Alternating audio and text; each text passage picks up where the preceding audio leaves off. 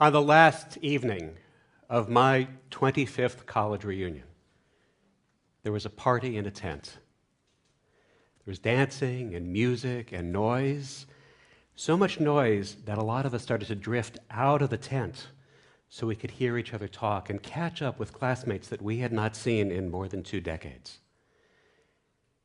As I talked with my friends, I made an astounding discovery. 80% of them were unhappy with their lives. I feel as though I've wasted my life and I'm halfway through it, they said. I don't know what my life is all about. Now, I was privileged to go to Yale, and we were standing on a summer evening in the middle of Yale's old campus, and the people that I was speaking with were privileged and highly educated and financially well off and in positions of power. And they had the first house and the second house. And they had the first spouse and the second spouse. And 80% of them were unhappy with their lives.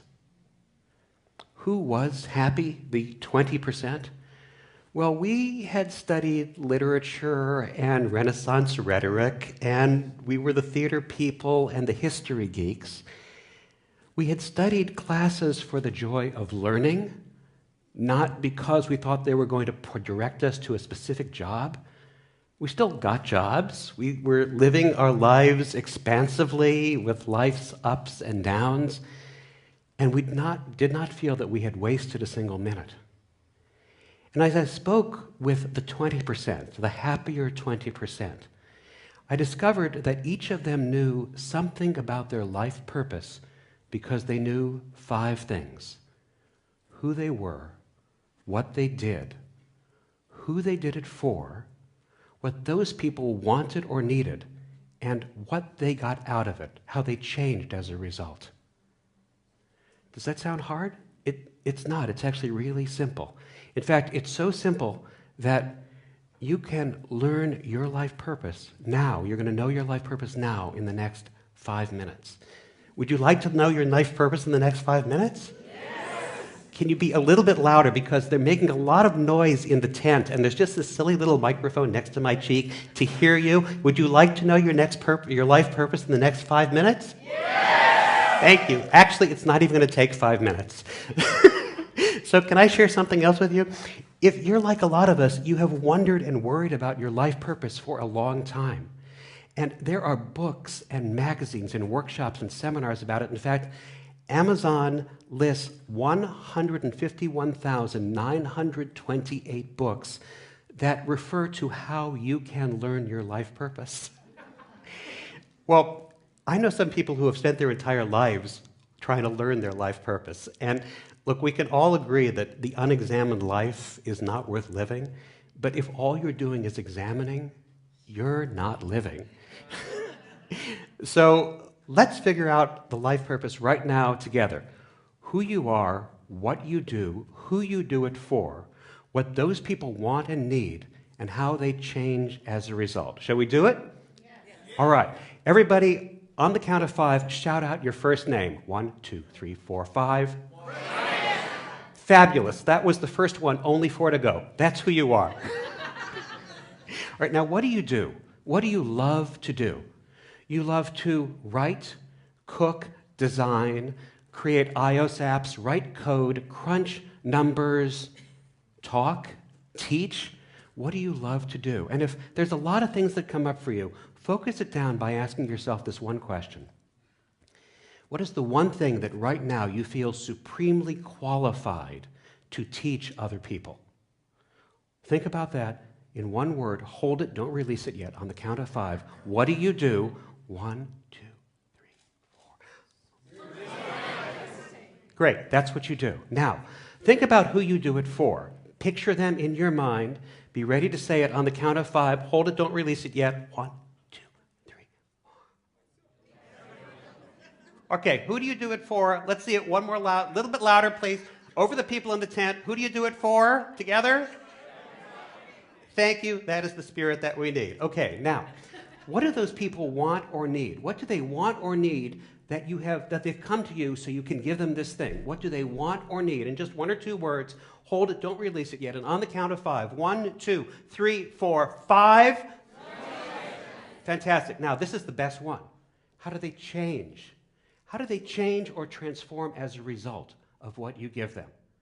On the count of 5, how do they change or transform as a result of what you give them? 1, 2, 3, 4, 5. Terrific. Now, we're going to put this all together kind of in a sentence, okay? Everyone together, louder than the people in the tent. Who are you? What do you do? Who do you do it for? What do they want or need? How do they change as a result? Fantastic. You have all just done something that people who went to Yale could not figure out for 25 years. Congratulations. Give yourselves a hand. Now, why is that formulation so powerful? Because of all those 5 things that you need to know what your life purpose is, only 2 are about yourself. The others, 3 of them, are about other people.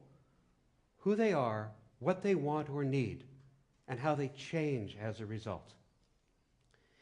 That formulation forces you to be outward-facing. And all the happier people that I met outside the tent on that warm New Haven night, they were outward-facing, they were not inward-facing. They knew very clearly whom they served, what those people needed, and how those people changed as a result.